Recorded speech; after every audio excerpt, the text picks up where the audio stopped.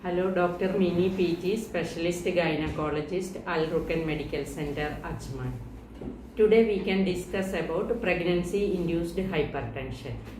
Pregnancy-induced hypertension is diagnosed after 20 weeks of gestation when the blood pressure increases more than 140/90. Two readings 6 hours apart. Patient is having this high BP. It is diagnosed to have pregnancy-induced hypertension.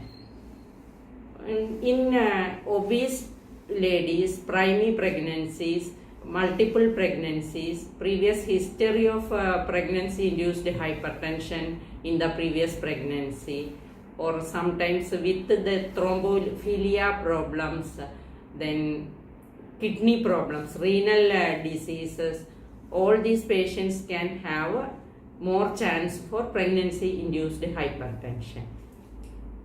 If in pregnancy BP increases, it can cause headache, nausea, vomiting, abdominal pain. Sometimes baby movement will be decreased. Edema on the legs, swelling on the legs happens. Decreased urine output causes.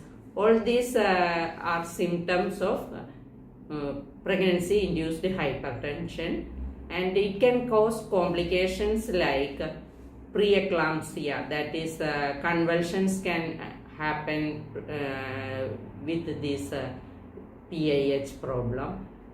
Renal failure can happen, then liver function alterations can happen. Abruptio placenta, that is placenta will get separated from the uterine wall and it will cause excessive bleeding.